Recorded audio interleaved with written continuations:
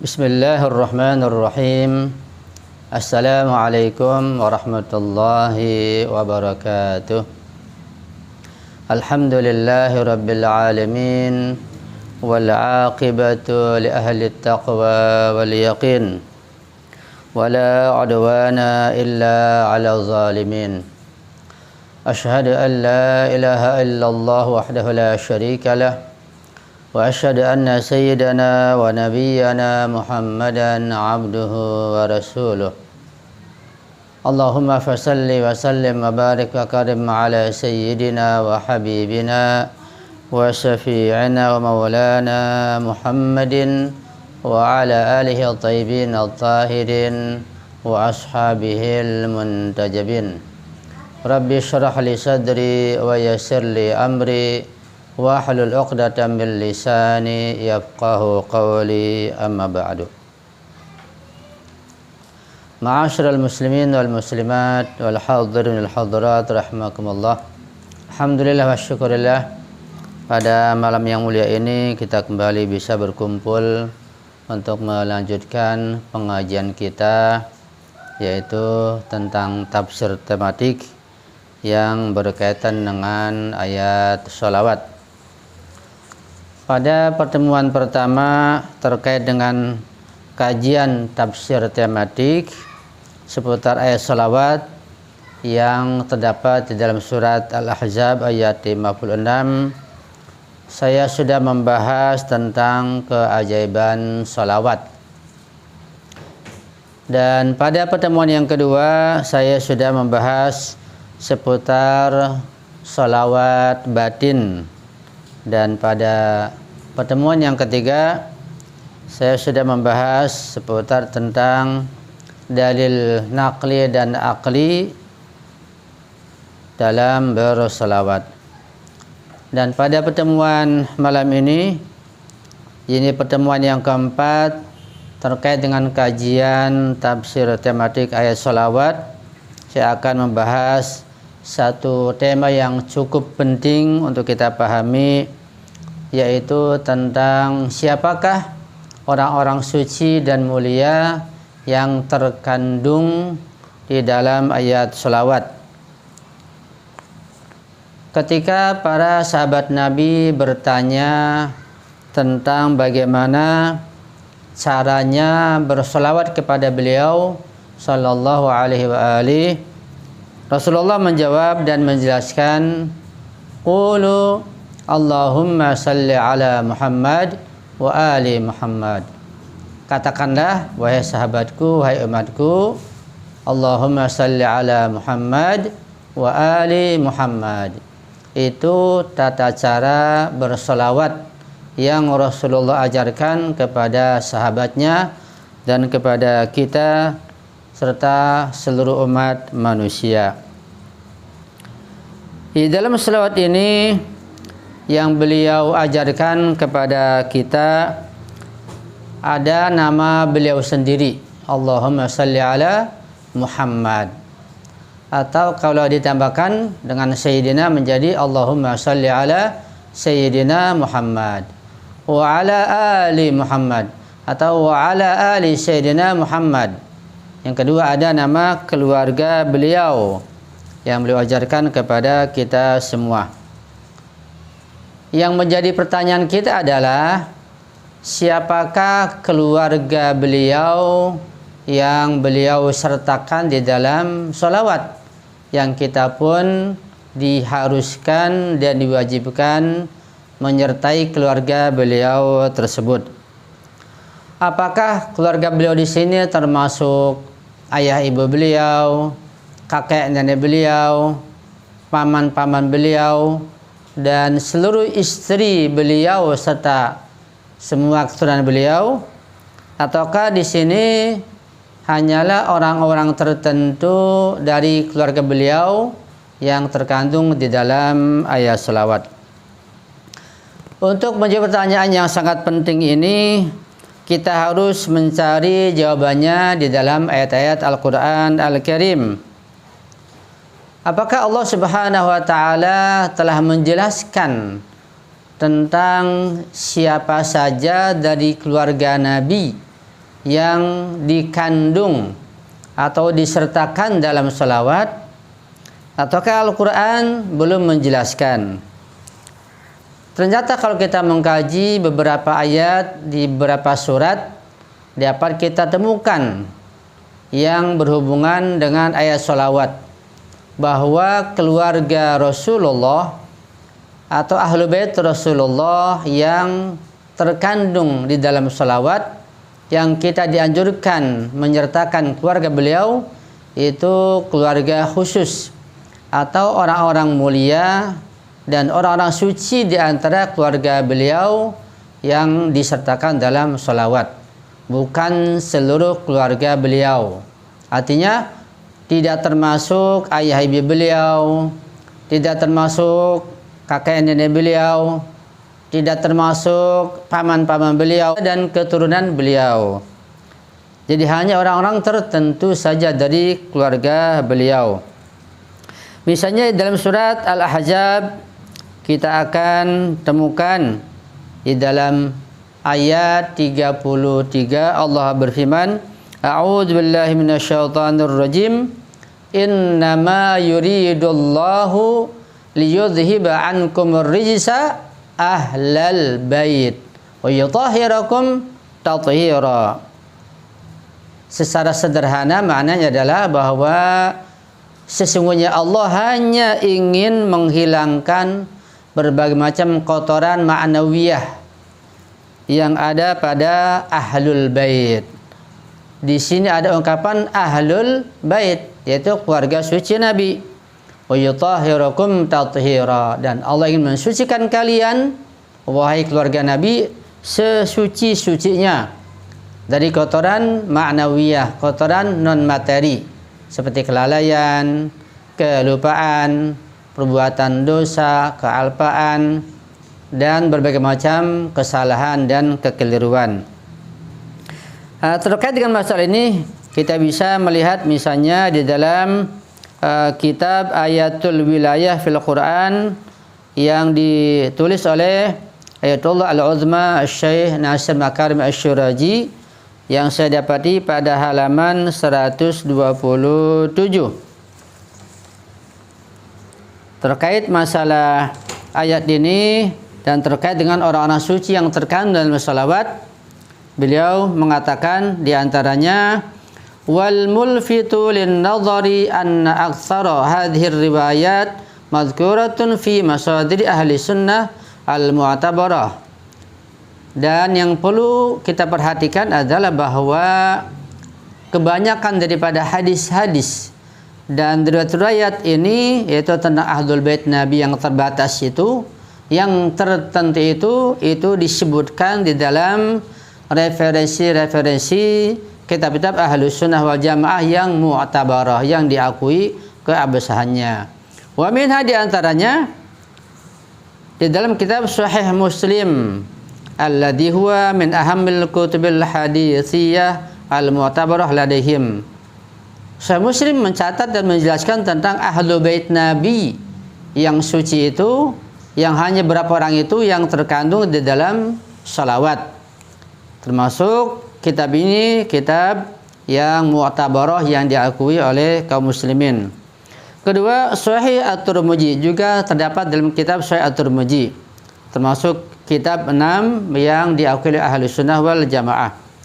Ketiga, terdapat dalam kitab Al-Mustadrak ala Sahihain. Yang keempat, terdapat dalam kitab As-Sunanul Kubra lil Baihaqi. Ini pun kitab yang cukup penting terkait dengan masalah-masalah fikih, yang juga mencantumkan nama-nama Ahlul Bait, tentang Ahlul Bait Nabi yang terkandung di dalam salawat dan yang dijelaskan di dalam ayat tathhir tadi, surat Al-Ahzab ayat 33. Yang keempat, di dalam kitab Ad-Durrul Mansur lil Imam As-Suyuti. Yang kelima, dalam kitab Syahidut Tanzil lil Hakim Al-Haskani An-Naisaburi. Yang ketujuh, dalam kitab Musnad Ahmad bin Hanbal. Kemudian beliau melanjutkan, wa ala hadzal asasi fa innar riwayat allati tufassiru ahlal bait bil khamsa min ahlil kisah hiya min jihatin aktsaru adadan wa min jihatin ukhra mazkuratun fil kutubil mu'tabarati jiddan lada ahli sunnah.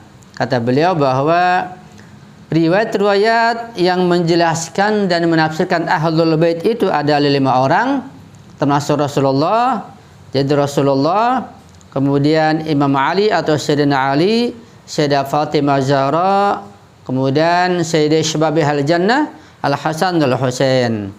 Jadi inilah 5 orang yang terkandung di dalam sholawat Nabi Muhammad dan keluarganya yang 4 orang. Ya, Sayyidina Ali, Sayyidah Fatimah, Hasan dan Husain alaihi salam. Jadi itu keluarga Nabi yang terkandung di dalam ayat sholawat dan tidak termasuk ayah ibu beliau, tidak termasuk kakak nenek beliau, tidak termasuk paman-paman beliau, istri-istri beliau, apalagi keturunan beliau atau para habib sampai sekarang ini. Al-Fakhr Razi yatahaddatsu an hadhihi riwayati wa miqdariha wa mizani i'tibariha wa ya'tarifu bi hadhihi al-haqiqati wa yaqul fi dhaili tafsir ayat al-mubahalah al-ayah 61 min Ali Imran. Seorang mufassir Ahlus Sunnah yang sangat terkenal yaitu Fakhr Razi juga menjelaskan tentang hadis-hadis dan riwayat yang mu'tabarah yang diakui yang menjelaskan tentang Ahlul Bait itu siapa ketika menafsirkan ayat mubahalah surat Al-Imran ayat 61.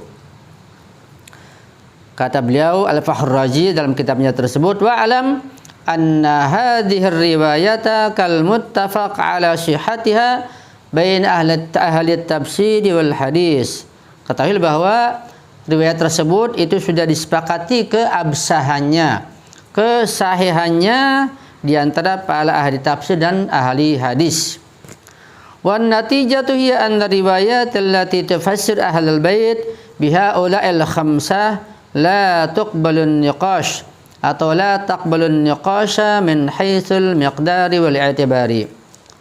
Hasilnya, kesimpulannya bahwa hadis-hadis dan riwayat-riwayat yang menjelaskan dan menafsirkan Ahlul Bait adalah 5 orang bersama Rasulullah yang terkandung dalam ayat sholawat itu tidak mungkin dapat dibantah lagi baik dari sisi kadarnya, nilainya dan i'tibarnya atau penilainya. Wa naktafi huna bi dzikri riwayatin wahidatin min majmu'i hadhihi riwayat wa hiya riwayatul Kisah. Dan kita di sini cukup menyebutkan satu riwayat saja dari sekian banyak riwayat tentang riwayat Ahlul Kisah. Kata beliau pada halaman 128, hadhihi riwayatu dzikrat fil masadir hadisi ala nahwain. Hadis ini atau riwayat ini disebutkan di dalam referensi hadis dalam 2 sisi atau 2 bentuk, bit tafsiri wa bi ikhtisarin, baik secara terperinci maupun secara ringkas. Hadisnya adalah an Ummi Salamah zaujatan Nabi, dari Ummu Salamah yaitu istri Rasulullah, anna nabiyya kana fi baitiha wa ja'atuhu Fatimatun bil ta'am. Pada suatu hari Rasulullah sedang berada di rumah Ummu Salamah. Kemudian datanglah putri tercinta beliau Sayyidah Fatimah Zahra membawa makanan.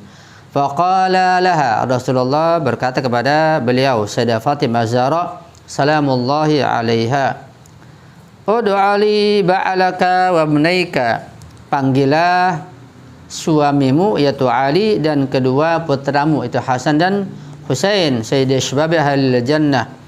Faja'u fatanawalut ta'ama, kemudian datanglah mereka dan mereka pun makan bersama-sama.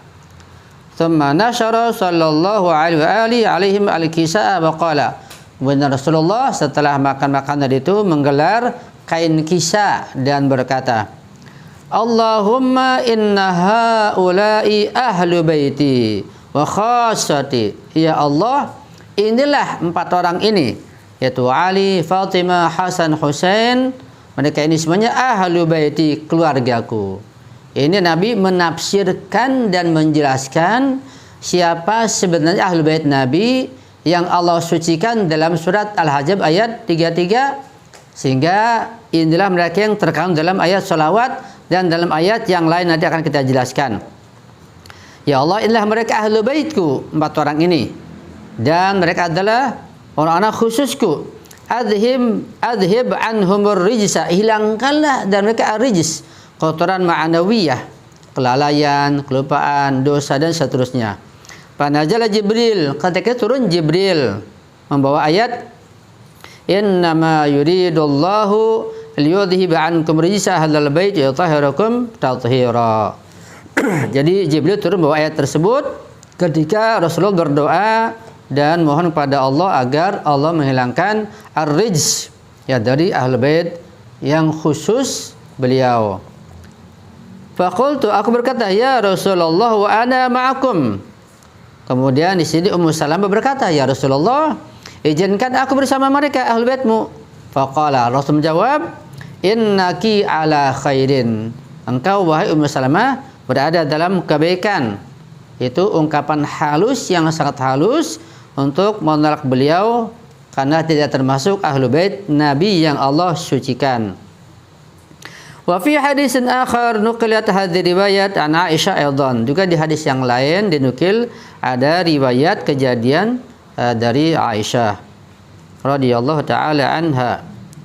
Wan natijatu an ahlul bait bukan di hadhihi riwayat hum al-khamsa min ahlul kisah. Jadi kesimpulannya adalah bahwa ahlul bait Nabi, keluarga suci Nabi yang dijelaskan dalam surat Al-Hajj 33 yang terkandung di dalam salawat itu adalah 4 orang, 5 bersama Nabi.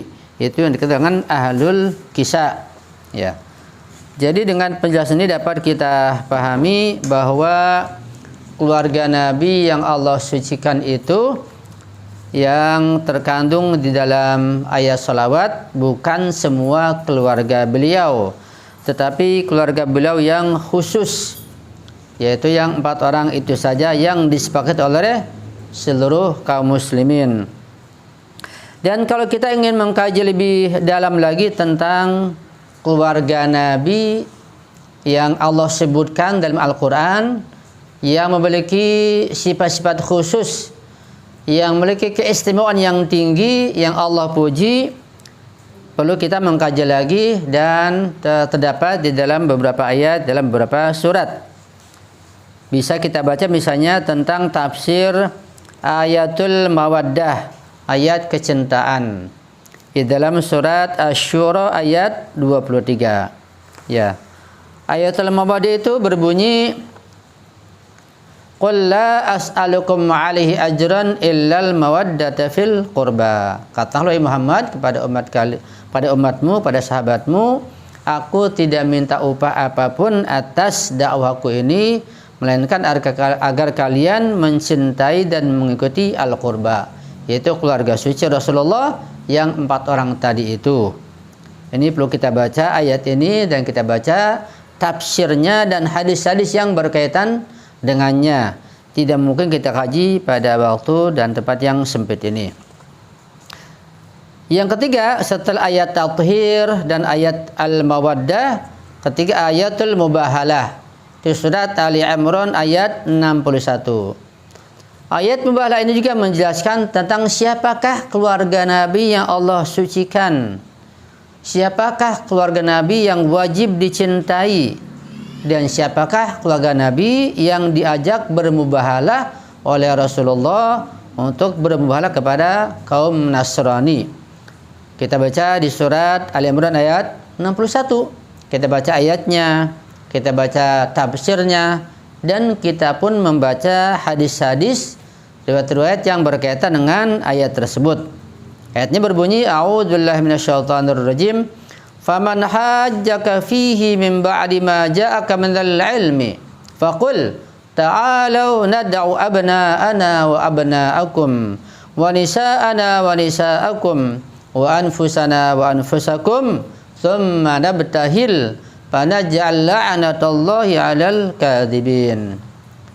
Barang siapa yang menghujah, membantahmu dalam masalah itu, ya masalah Isa, bahwa dia adalah sebagai nabi bukan sebagai anak Tuhan, telah datang penjelasan dan bayinat yang menjelaskan, yang meyakinkan, Maka katakanlah, ajaklah wahai Muhammad kepada kaum Nasrani, ta'ala, mari kita memanggil dan mengajak anak-anak kita. Ya, anak-anak laki, anak perempuan, kemudian juga diri kamu ajak semuanya. Kemudian mari kita bermubahalah.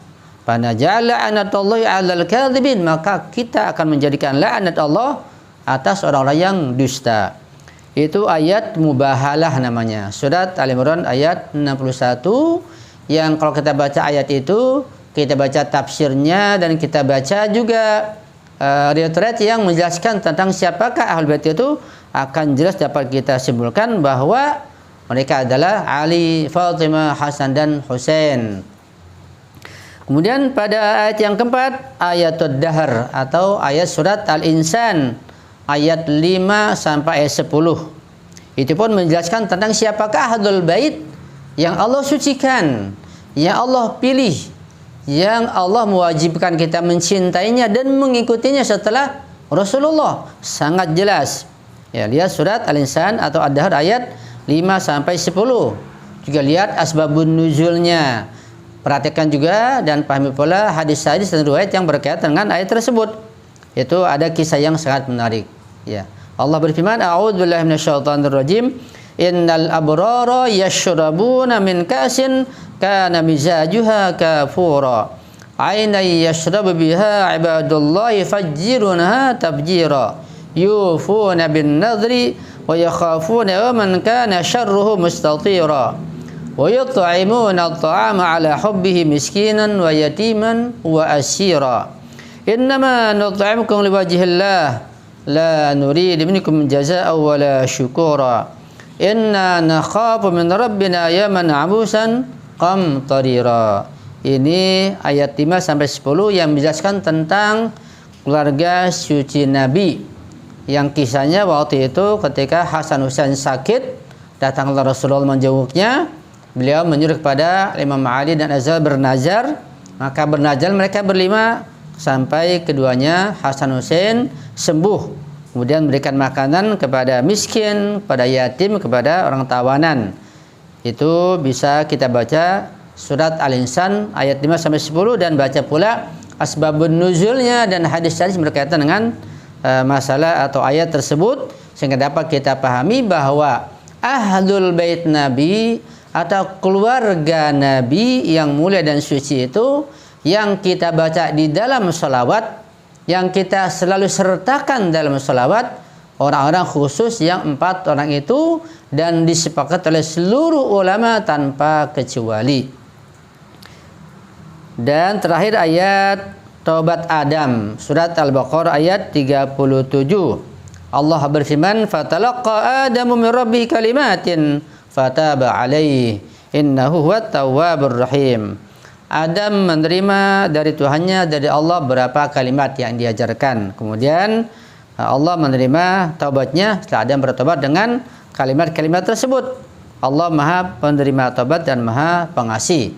Ini pun terkait dengan masalah Ahlul Bait Nabi yang dijadikan oleh Adam sebagai tawassul, sebagai media dan perantara agar Allah menerima taubat Nabi Adam. Nah, ketika itu Nabi Adam mohon ampun, mohon taubat atas dosanya, dosa irsyadi itu. Mohon ampun dan taubat dengan perantara 5 orang yang suci tersebut, yaitu Rasulullah, Nabi Muhammad, Imam Ali, Sayyidah Fatimah, Hasan dan Husain. Ini namanya Ahlul Kisah yang 5 orang ini. Jadi jelaslah kalau kita mengkaji berbagai macam ayat, dari ayat Tathir, Al-Ahzab 33, ayat Al-Mawaddah, Asy-Syura 23, ayat Al-Mubahalah, Ali Imran 61, ayat Ad-Dahr atau Al-Insan 5 sampai 10, dan ayat Taubat Adam Al-Baqarah 37, dan ayat yang lain serta hadis-hadis yang sangat banyak sekali, dapat kita simpulkan dengan jelas dan tegas bahwa keluarga Nabi yang diajarkan oleh Rasulullah kepada kita agar kita menyertakan keluarga beliau tersebut, itulah Ahlul Kisah, 4 orang, 5 orang dengan Rasulullah. Itulah terkandung dalam ayat salawat. Jadi ketika kita mengatakan Allahumma sholli ala Muhammad atau Allahumma sholli ala Sayyidina Muhammad, jelas nama Nabi Muhammad sudah kita kenal, beliau Rasulullah, khatamun nabiyyin. Nabi pamungkas, Nabi terakhir. Yang kedua, wala ali Sayyidina Muhammad, juga salawat atas keluarga Nabi. Siapa di sini? Nah, jelas kita pahami bahwa keluarga Nabi di dalam salawat adalah Sayyidina Ali, atau terkadang dipanggil dengan Imam Ali, Sayyidah Fatimah Zahra, putri kesayangan beliau, dan kedua cucu beliau Al-Hasan wal Husain, yang sebagai kata beliau Sayyidah Syababi Ahli Jannah, penghulu seluruh pemuda ahli surga. Itu. Jadi kita baca selawat, kita ingat Nabi, kita ingat keluarga Nabi yang 4 ini. Nah, kita kenang mereka. Kenapa disebut dalam selawat? Ya, untuk kita kenang, untuk kita pelajari, untuk kita ikuti dan kita tauladani. Adapun selain beliau itu belakangan untuk mempelajarinya, mengenalnya, mentauladaninya, mengikutinya belakangan. Yang paling utama adalah kita mengenal, mempelajari, mencintai, dan mengikuti 5 orang ini. Ini diantara hikmah salawat Rasulullah, kemudian Ali, Fatimah, Hasan, dan Husain. Sehingga nanti kita akan bahas tentang masalah salawat lisani dan salawat qalbi serta salawat amali, tidak lepas dari 5 orang ini. Sehingga salawat kita dalam ucapan, dalam hati kita dengan pengetahuan, keimanan dan keyakinan, serta dalam amal perbuatan tidak lepas mengikuti, mencontoh, mentauladani 5 orang ini. Ini salawat yang betul-betul bermanfaat dunia dan akhirat. Itu saja dari saya. Mudah-mudahan bahasanya yang singkat ini dapat kita pahami dengan baik, sehingga kita tidak lagi menduga-duga tentang siapakah keluarga Nabi dalam ayat salawat. Sudah jelas dan sangat gamblang dalilnya. Dan tidak ada lagi orang-orang yang mengaku sebagai keluarga Nabi dalam salawat, tidak ada seorang pun, karena sudah sangat jelas. Sekian, mohon maaf dari saya, mohon selalu saya akhiri. Hadanallahu wa yakum ajma'in wa ala faminkum. Wassalamualaikum warahmatullahi wabarakatuh.